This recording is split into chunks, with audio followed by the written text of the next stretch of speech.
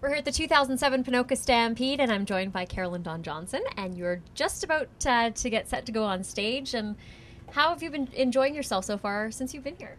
I've been enjoying it. The weather's great. Caught a few glimpses of some of the races. I wish I was out in the grandstands watching it, but I had to kind of get fixed up and get ready. But it's been fun hearing the cheering and stuff, so I'm kind of anxious to get out there and play for everybody. And you're originally from Alberta, right? I am. I'm from northern Alberta, a couple small towns, Deadwood and Westlock. Deadwood is up in the Peace River country, and Westlock is about an hour north of Edmonton. And then I lived in Edmonton for a few years and Vancouver, but I'm definitely an Alberta girl. So I want to talk a little bit about your third album, Love and Negotiation. You wrote it, you produced it, you financed it. Can you sort of tell me about that journey? I just kind of took this strange risk of wanting to make some music, and I had been making music for several years, and I made a career change with the label that I was with.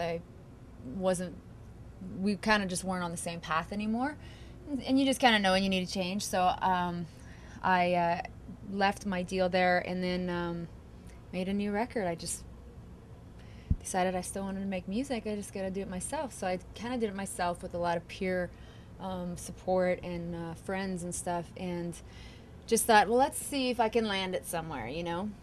And so I was very fortunate. I've been blessed in my career, very blessed. And Universal picked it up here in a record company in Nashville called Equity. So now I'm still making music and getting out there and playing. Now, correct me if I'm wrong, but you've been married for 4 years, right? I have been. Okay, so as someone myself, I'm not married yet. Love and negotiation, do those things sort of go hand in hand? Yeah, they do, actually. Not that the whole entire process is a negotiation, but it's interesting because that title came from me sitting at the piano actually making a deal with God. Mm.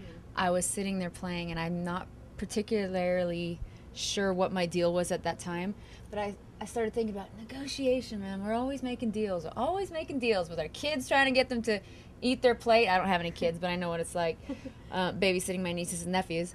And, your spouses, your friends, your bank, whatever it is. And I got thinking about how in life you're always kind of negotiating. How can I take care of myself? How can I take care of my family? How am I going to stay alive, basically? And so I was talking about in my head how that makes the world go round, but then I was like, love makes the world go round. But then negotiation happens within love, too. Because it's like, honey, if you go out this weekend, I'm going to go with the girls next weekend. Absolutely. That sounds like a good deal, of course. Or like, honey, if I cook tonight, will you do the dishes? It's just little things like that. But I think it's one of those beautiful things about love is that you find out what truly is important to you and what isn't. In the small things, it's like, you know what, I'd rather see that person happy than get some silly thing that I want because it doesn't really mean anything. It's interesting. There's some compromises that you make every now and then. How's that for being in the loop? You saw what our trailer looks like inside. This is what it looks like from the outside. And who knows where we're going to be next week. I'm Carrie Skelton, and for now, you're in the loop.